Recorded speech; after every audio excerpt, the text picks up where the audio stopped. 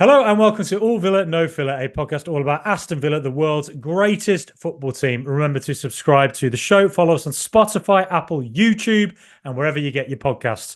We've also been nominated for Best Podcast Premier League at the Football Content Awards. Please do vote for us on their website. I will leave a link in the title description and pin comment on YouTube. This is the All Villans series where we celebrate Villa fans all over the world.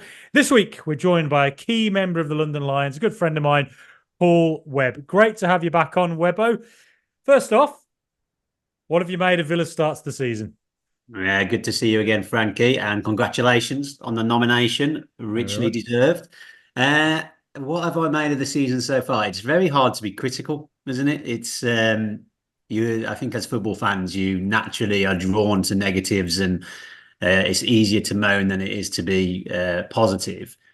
I'm struggling to not mark our start out of the season anything below a 10 out of 10, to be quite honest, when you balance everything up. I think looking back at the start of the season, I wouldn't say I was pessimistic, but I was quite realistic as to, I felt we were going to start the season really slowly. I thought we had a few key injuries. I just felt the transfer market had been okay. And I think some of the signings have impressed me a lot more than I thought they were going to. We can certainly touch on that in a bit. But that West Ham game, I was absolutely adamant based on our pre-season games against Dortmund. We just looked a bit off the pace, which I know you always do in pre-season. But I felt West Ham away is just one of those fixtures that we have struggled at for years. And I felt the performance that day was brilliant. Far exceeded my expectations, and we sort of just hit the ground running since then.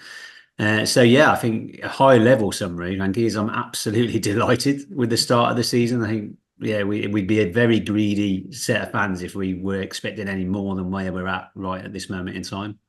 Yeah, I mean, who for you has been the player of the season so far as well? Because there's a fair few contenders, isn't there? There really is, which is great, right? There's been some really standout players. I think there's two names. Well, you've got to start with Duran, haven't you, actually? I mean, Has he been player of the season? No, but the moments he has given us, that probably a certainly worthy discussion maybe one day is that the best goal we've seen at Villa Park at Everton? That was a noise I've never experienced at Villa Park. It wasn't just your normal cheer, it was a gasp. The whole ground just gasped. And then obviously probably one of the best moments of my life against Bayern Munich. So he's been the media standout player, but he hasn't had many minutes, so he hasn't been our best player. I think two players for me, one has been exciting, could be the future of the club, is Morgan Rogers. I think that he looks so exciting when he gets on the ball.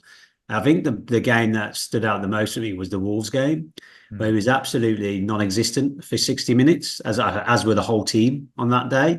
And we made a few subtle changes, and I think the bench depth has been really key to the start of the season. And it's going to be challenged a lot going forward. But then all of a sudden, the last 20, 25 minutes, he was just clicking, he was doing everything, and he was just such a joy to watch. I'm not going to liken him as a player to Grealish, but when Grealish picked up the ball, everyone was excited. And Rodgers has got that aura about him, is that when because I don't know what he doesn't seem to have a skill set, but all of a sudden he's done something and he's found space and he's beaten a man.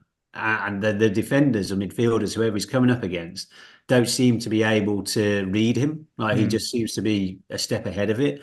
He needs to work in that final area. So some great assists in the last couple of games, but he started the season maybe lacking a bit of quality in that final third. There's no doubt in the excitement he has in that transition phase from the middle of the park to the edge of the area. I do think he's maybe trying to force a relationship at the minute with Watkins. They're so desperate for that link up to become. It isn't natural. You can tell they're working on it, but he's been such a joy to watch, Frankie. But the other player I think is worth calling out is Luca Din. I was adamant we'd probably seen 3 or 4 different times in his career at Villa. I was certain we'd seen the last of him. But he has come up with a couple of assists. His attitude is absolutely superb. Just a dream, I imagine, to manage. Like when you are dropping him in and out on a team, I've never, ever seen any negativity in the press. He's become a social media darling with his another one posts after every game. And I thought the ways he announced soon to be birth of his third child was very, very impressive with that tone.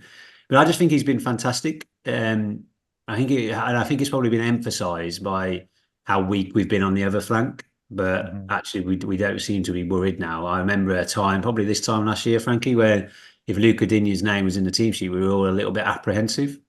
And he's proved everybody wrong. He is a solid left back, and that's probably doing him a disservice. I do think the next 18 months, this transition will go from him to Maatsen. I think there will be a handover period, and I think he's absolutely happy with that part of his career. So I think he's been exceptional. I think those two players, for different reasons, have probably been my two standout. Obviously, with Duran on top of that, adding the flavour that he does. Yeah, I think that's very fair. There's been a lot of real top performers, I think. I think Yuri Tielemans, for me, might be the way he stepped up in Douglas Luiz's absence. And, I'm looking forward to seeing how he works with Kamara when he returns, hopefully very, very soon.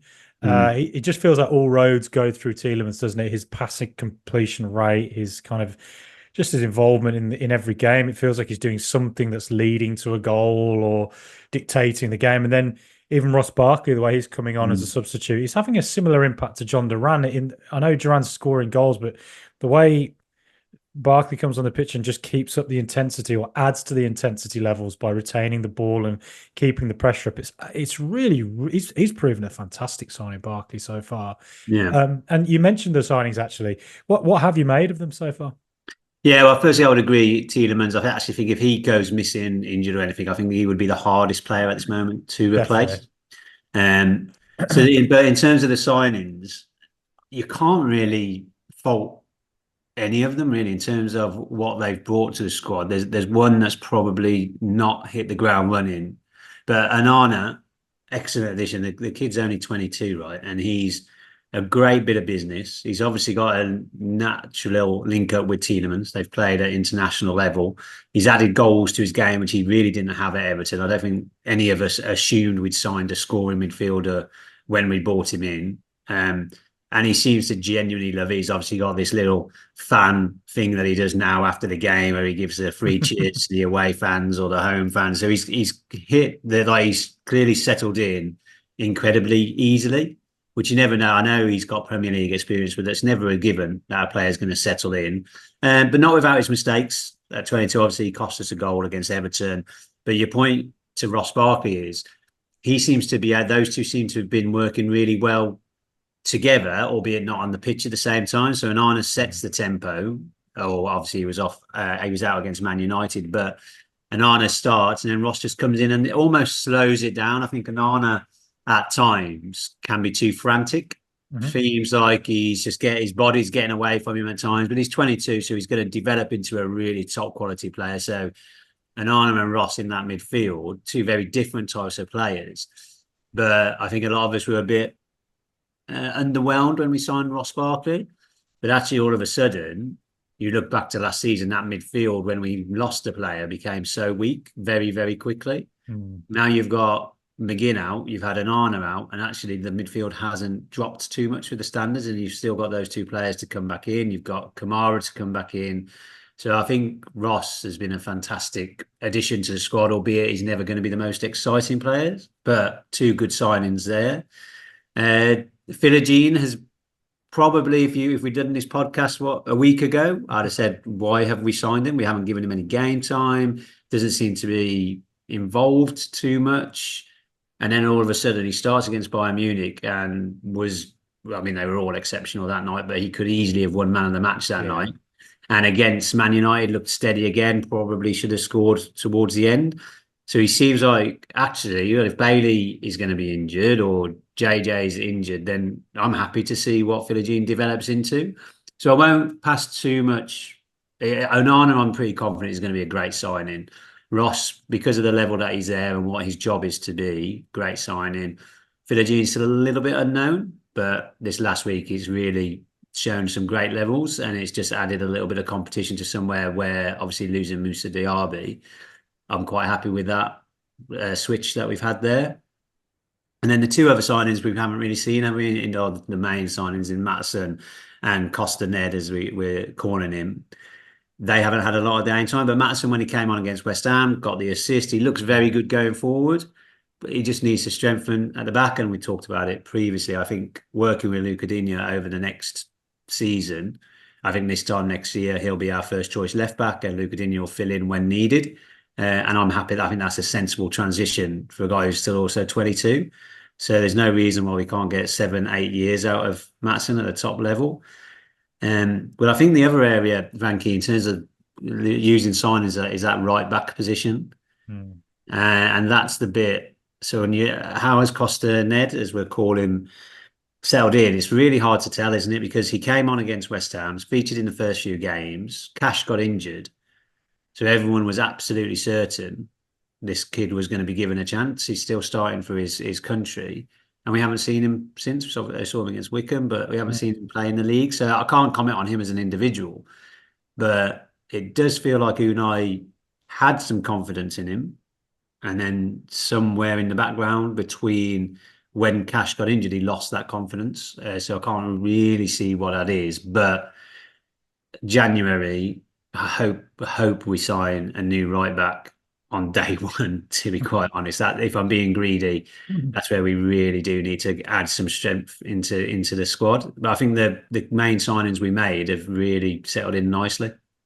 Yeah, completely. And Champions League, I mean, we're here. There we are. We've done it. And we were both there at the Bayern Munich game. Saw the big 1-0 win. We heard that Champions League anthem in the stadium. I got to be honest, that hearing that anthem in the stadium in Villa Park, seeing the blue lighting around of the Champions League advertisement, seeing the number of photographers there were, they felt like there were more. Seeing the sort of the smoke from the fireworks going off, and just Bayern Munich itself being there and their fans and all that. It was truly one of the most extraordinary moments, not just in my football supporting life, but of my life generally. I thought it was an absolutely magical night and went better than I think any of us could ever really have imagined, given the fact Bayern Munich have not lost in a group stage since Unai Emery beat them. What was it, back to 2017? Long old time ago. So Webbo, talk me through that night. Where does it rank for you in the history of all the time you support Villa? Because you've been to far more games than pretty much anyone else on It's almost bringing back tears now when that music came on. So I was lucky enough to go to Young Boys as well. So I'd heard the music, but in truth, Young Boys was a very pleasant trip. If you love spending £9 on a pint in Switzerland, you're not going to Switzerland. You're coming back thinking, "Oh, this is an absolute hellhole." It's a very nice place. It's a very civilized place. Very clean, very spacious. But I went to all of the Conference League games away last season. It felt just like another one of those. So it did, even though the music was there, it didn't really feel like a Champions League game. So perfect first opposition from a club perspective, because it was a very winnable game and we were excellent on that day. Terrible first away Champions League experience as a fan. Well, I wanted to go to the Bernabeu. I wanted to feel like I was there, but winning that was great. But that night at Villa Park, so this is my 30th year as a season ticket holder, and I think there's only been one performance that beats that in terms of an actual performance, and that's Man City. Because I don't think we didn't play extremely amazing football on the night. We were dogged, we were sensible. We wasn't free-flowing football like it was against that Man City game under Unai. But I've never been to Villa Park when everybody is in the stadium 15 minutes before kickoff. Yeah. Well, I've got into, so my season ticket is the whole end lower. Usually you go in, I tend to go in quite, let's say 45 minutes before kickoff. So usually you get it to yourself down there in the concourse, just walk in and get a beer, watch whatever's on TV, see mates, etc. It was full. It was heaving. There was chants going. The atmosphere before the game was like nothing I'd ever experienced, because everybody was so happy. Yeah. It was just, there was no tension. Like when the atmosphere is riled up, like against the Birmingham or something, there's tension in the air.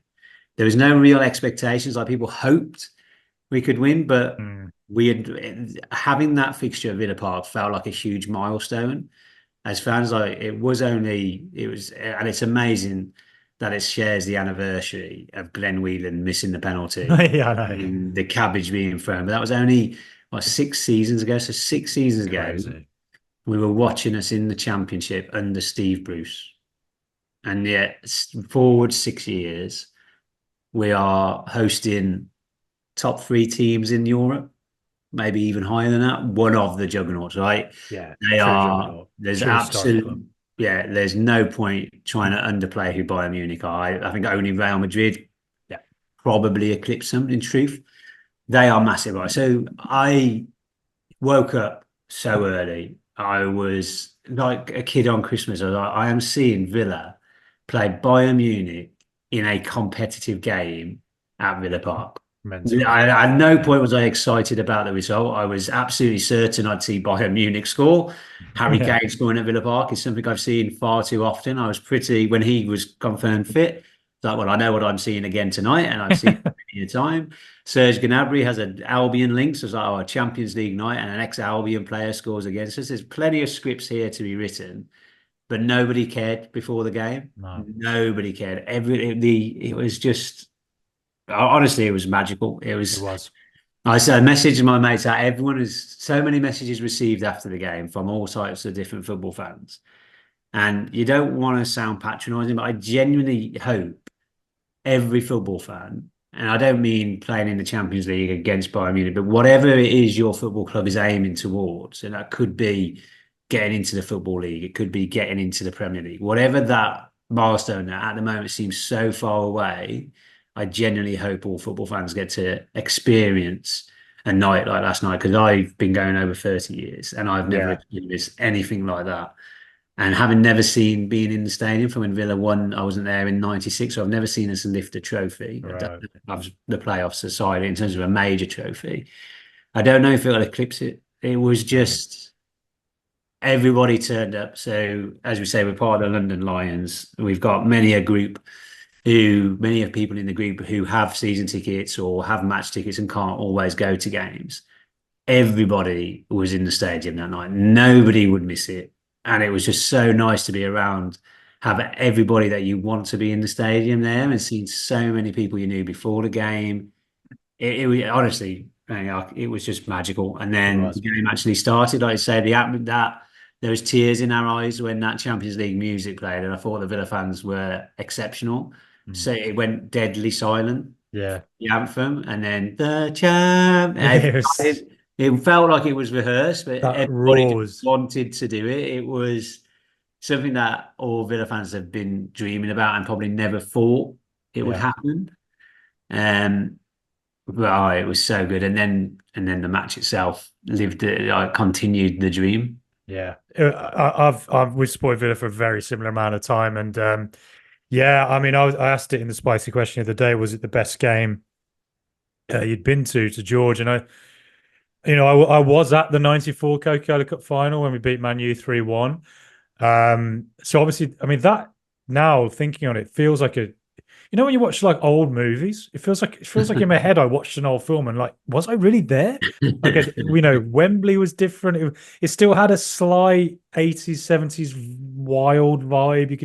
It was past that, but it still had that sort of feel. There was no names on the back of the shirts, I don't think. No, it was in '94, which is just mad now, isn't it? It's 1 to 11 and all that sort of stuff, which is just not. Yeah. But it was crazy, and I remember.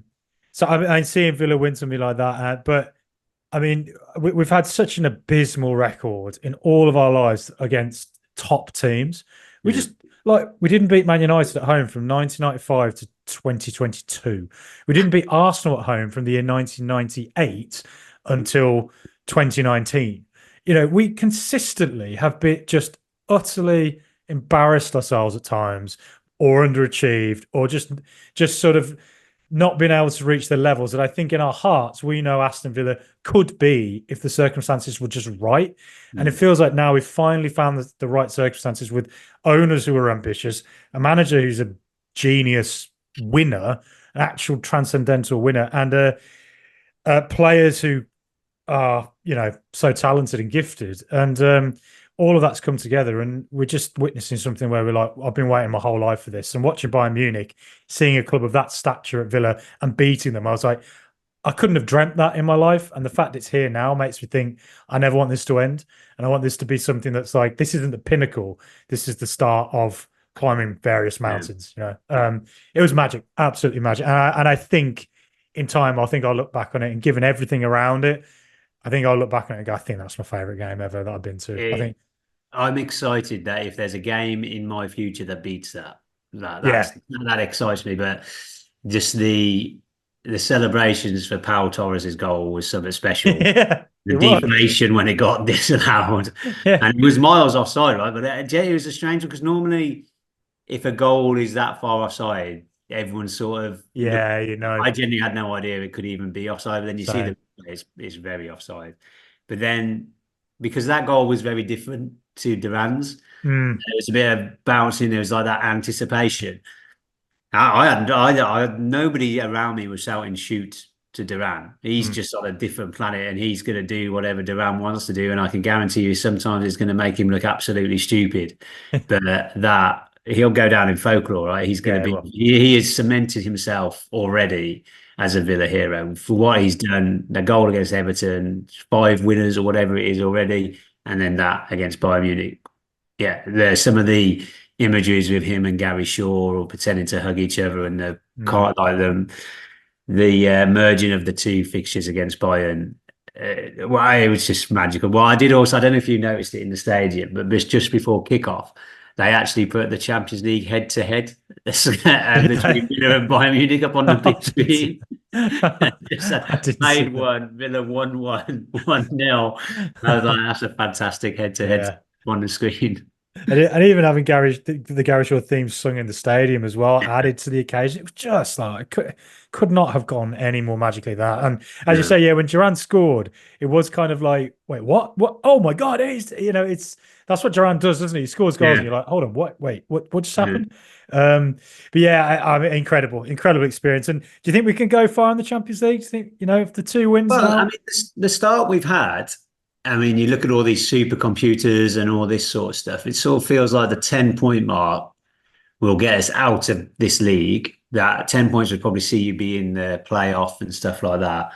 So you've got to fancy us to get 6, 9 more points. I think Bologna's our next game very winnable. Probably it's not. There's no easy games, but that's one of the ones we would have earmarked as maybe slight favourites for. I think Bruges away will be tough, but not insurmountable. I think that's a getter. Points can be got in that game. Leipzig, a pot 1 team.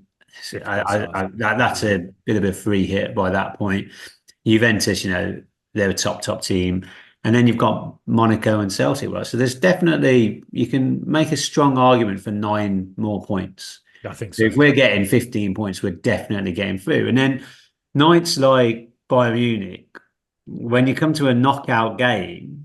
If they're at Villa Park, they're hopefully the experience that we had with Olympiacos, the tough games that we had in the Conference League where we didn't really hammer anybody. We struggled a little bit at Villa Park. We got some wins, but we never really were dominant other than the Ajax game. So I'm hoping the team are now building some belief. Do I think we could go beyond the quarterfinals? I think that's probably when you're going to have to start thinking about beating a Real Madrid or the likes over 2 legs. A one-off game, for example, if we had Bayern Munich at the Allianz with a 1-0 lead, they'd still be huge favourites to go through. So I'm very confident now that we'll get a knockout game at Villa Park, which that's excitement in itself. So I think quarterfinals is probably our limit, but you just never know. We've got the best manager you could ever hope for. A little bit of a favourable draw, maybe avoid some of the absolute huge guns, because that 2-legged thing, Frankie, it's Real Madrid. You might be able to beat them once, but to get them over 2 legs is so tough. So we've got to be realistic. There are some top teams in that, and there's some top English teams, right? So can we win the Premier League? You'd probably say no, because Man City, Liverpool and Arsenal are better than us, and they're all in this competition as well. So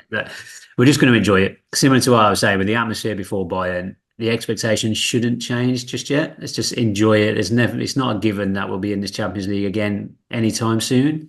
So let's make the most of every single night we're in it. Have an absolute packed Villa Park, and let's hope let's hope to upset a few more of the big guns. Yeah, for sure. I think we can definitely upset a fair few. Now, something I did note today, actually. So looking beyond this international break, bloody international break, so many of them. So game volume.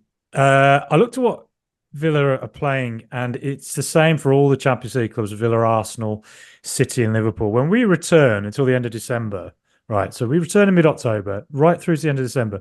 We average a game every 3 to 4 days. From mid-October, and that excludes one extra international break as well in November, which isn't particularly a rest when most of our players are flying all over the world anyway.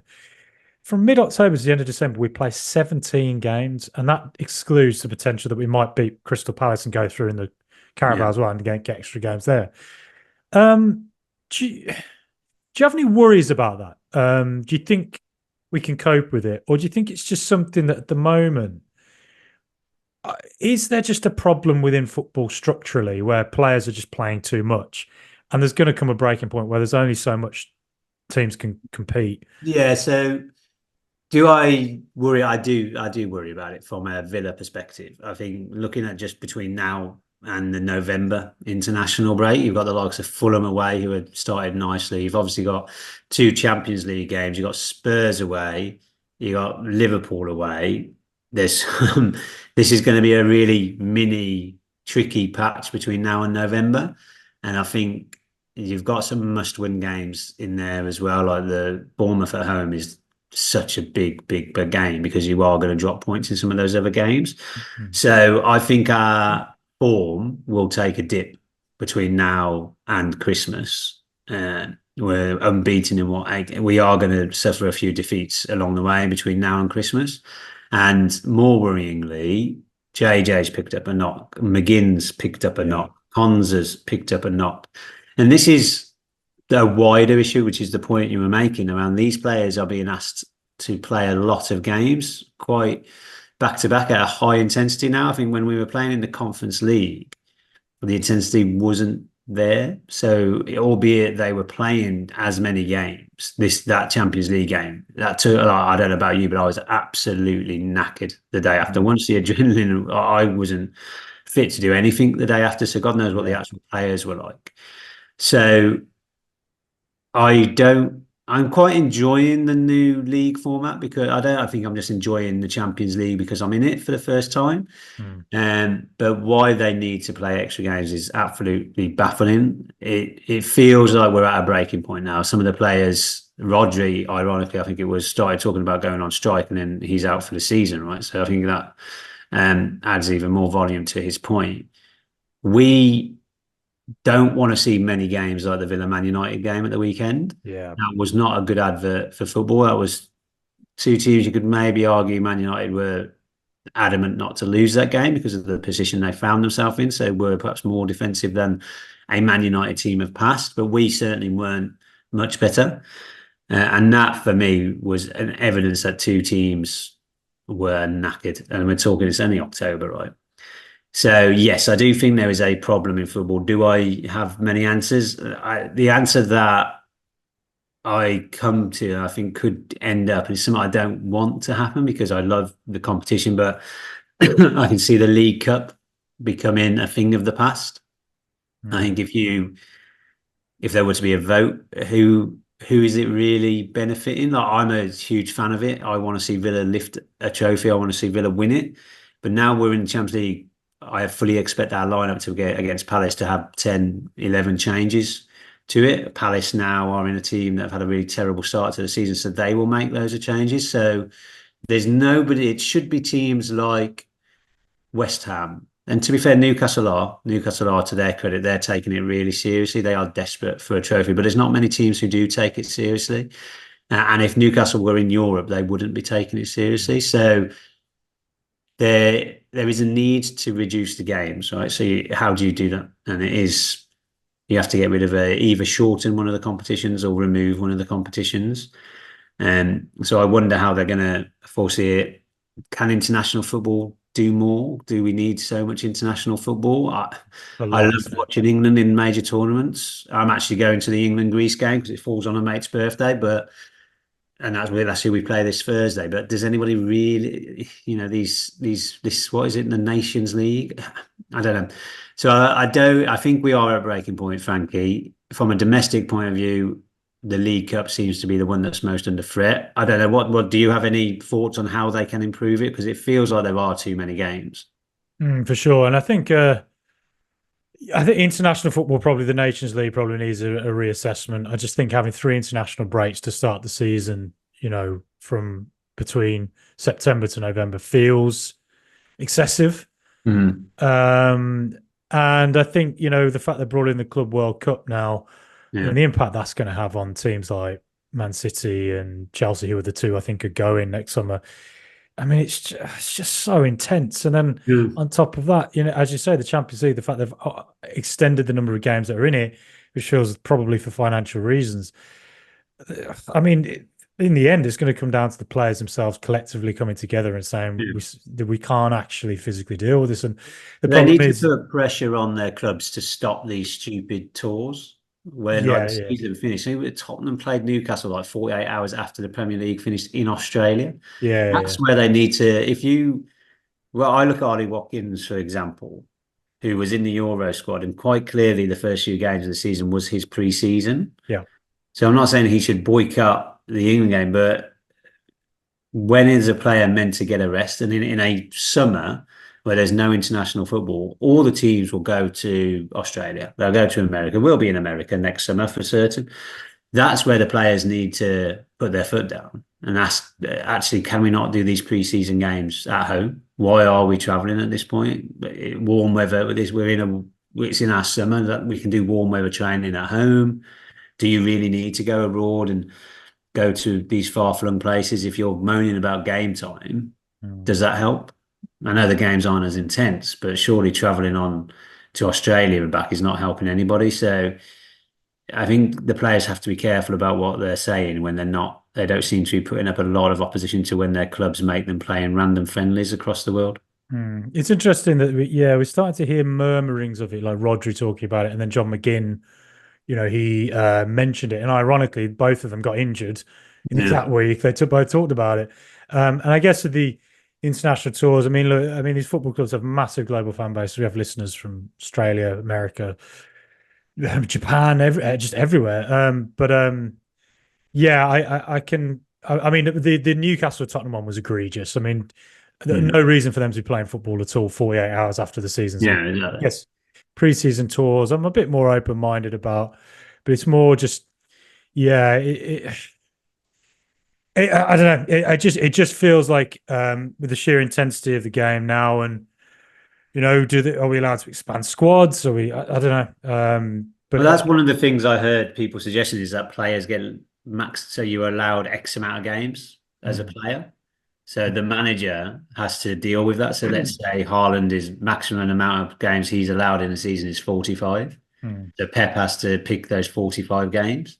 And then once you hit that 45, so obviously then tail end of the season, just so they were trying to suggest squad rotation come into it more. But the problem with that is it just benefits Man City, Chelsea, or the big teams who have got the budget. Whereas if you're forcing a smaller team, as it were, or a team without the squad depth to change, then it doesn't help. So something, but I think more worryingly is that there's no sign of the authorisations actually changing anything. It just seems, as we've seen at Villa Park, greed is just everywhere behind the scenes at football at the moment, and it feels out of control, and it doesn't feel like there's anybody genuinely trying to stop it. And the problem is when you're getting multiple injury crises like we saw last season with so many clubs, Man United, Villa, Newcastle, Tottenham, there was various other teams as well that had the same issues.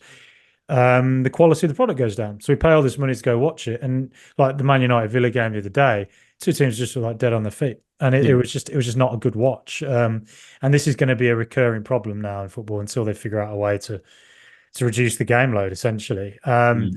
But I just thought it was an interesting point. Just looking at Villa and the number of games we've got, it's a bit unprecedented for us. We're not really used to this volume of games and the intensity levels of them all. So it'll be interesting to see how we adapt to it. Unai Emery's been there, done it, so I'm sure we've got the right manager for it. But otherwise as well, look, we're both in the London Lions, but Paul, you're, bit more of bit more involved than I am really. For those listening, we have loads and loads of listeners in London, and a lot of people message me saying, "How can I get involved?" or "Who can I, where are you?" and all this. So, firstly, who are the London Lions? Yeah, so the London Lions historically, so Aston Villa have been extremely good with various different Lions clubs across the country, and you can apply to become officially affiliated with Aston Villa. And this happened a good few years ago that London Lions began to exist, and then they split into North, South, East, and West Lions. So if you are living in London and you want to go to games, you can find us on Facebook, find us on all social medias. There's a North, South, East, and West London Lions, and they may even be able to get hold of some home tickets, maybe even some away tickets, etc. if you become an affiliated with the Lions clubs. We also try to run socials within it, which I know, Frankie, you've been quite of. There's a sports bar in Elephant and Castle called the Yak, and they have historically always been supportive of Aston Villa London Lions when they've gone under various different guises in the past, always in and around Elephant and Castle. And when we were in the Championship, they were starting their business as a pub, and they were looking to affiliate with a team of good supporters who were on TV, and we were on the Championship most weeks.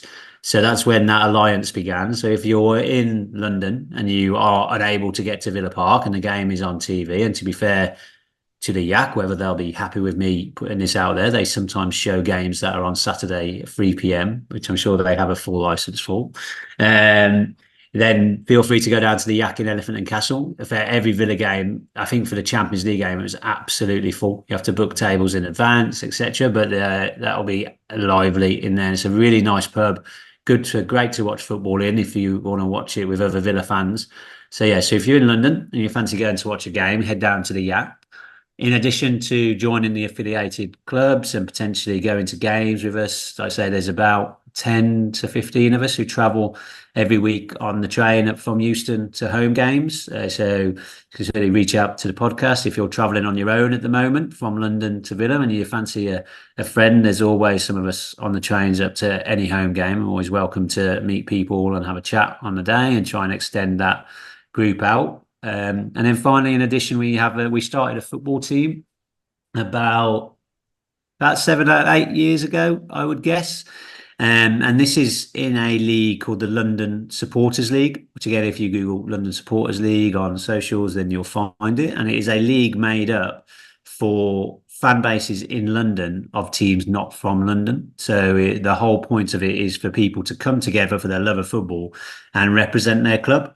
So in the league, you will find Panathinaikos, Inter Milan, AC Milan, Roma, Lazio, Fiorentina, Juventus, Newcastle, and many others. So I think there's a few French teams as well who I've forgotten. And the league actually starts this coming Sunday. So it's 9-a-side football or 8-a-side football.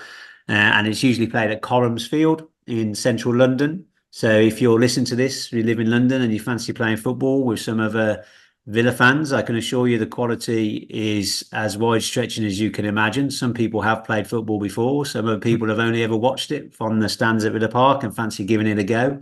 But it's a great social scene. The games are, nice to be involved in. We have a manager. It's well organised as well as it can be. And it's just another avenue for you to put on a Villa shirt and represent the club, however, in a game of football. So there's plenty of different ways to get involved in London Lions. And it's when I moved to London over 10 years ago now, Frankie, it was one of the first avenues I looked to try and make friends through. And we talked about that Bayern game. So I've had my season ticket, as I mentioned, for 30 years. But for that Bayern game, I was surrounded by some very close friends from the London Lions who don't always get to games, and the embrace we had when the music was on, when Powell scored, when the goal was disallowed, and then when Duran scored, it was a truly emotional night. I've made friends through the London Lions who will stay with me forever. That's who I travel with to all the away games to in the Champions League with. So again, it's a great community, and whatever your desire for Aston Villa, whether it be to represent in the football team, if it's just to go to the pub and watch, if it's to find somebody to travel to a game with, if you're in London, I seriously recommend reaching out, and hopefully it'll help you expand into the London Lions as well. Absolutely. It's I've been in London for around 10 years as well. Parallel lives. I saw Aston Villa 30 years, moved to London 10 years ago. And yeah, I wish I'd actually got involved with the Lions earlier. I didn't even really never really crossed my mind to sort of join Villa fan groups around London at all. And then maybe about 3 or 4 years ago, I was like, why am I always watching games on my own in pubs? I need to find people. And Yeah. so got involved, and I can't express enough just how brilliant the group is. It's very inclusive, men, women, all kinds of ages, very diverse group of people as well. So it's just strongly recommend to anybody who's in London and wants, to hang out with other Villa fans, come to it. It's a very friendly group, very approachable, and we're all upset. We're all Villa mad. We just love talking Villa. Don't need to talk about anything else other than Villa. So and there's a nice wide range of opinion on Villa. Let me assure you of that. There is some people that I swear cannot be Villa fans with the amount of negativity they have in these glory days. But so I couldn't agree more. There's always going to be somewhere out there to have a chat. But the Yak Bar, I think, is a great starting place. I don't know what the next Villa game is on TV officially. It could be the Champions League game. I don't know the football fixtures. But yeah, the games will always be on in the Yak Bar at Elephant and Castle. Yeah, and if you're on Twitter, AVFC London Lions, at AVFC London Lions, find them on there. And also on Facebook as well, just AVFC London Lions, find them on there. So strongly recommend that. A good old plug there. Good to get this all in on the All Villans series. Love to celebrate the fact that Aston Villa fans are all over the world. So Webbo, thank you so much for coming on to the podcast. I always love having you on. You're a great chat, and your Villa knowledge is just off the scale. I absolutely love it. And the fact you're always there as well, and get to see every game. It's just very, very impressive stuff, mate. Yeah. I'm not sure my other half always agrees with that, but yeah. we keep going. Fulham away next, so that's a nice, easy one to get to. Yeah, easy stuff. Well, thanks again, Webbo. It's been great to chat to you. You too, Frankie. See you soon.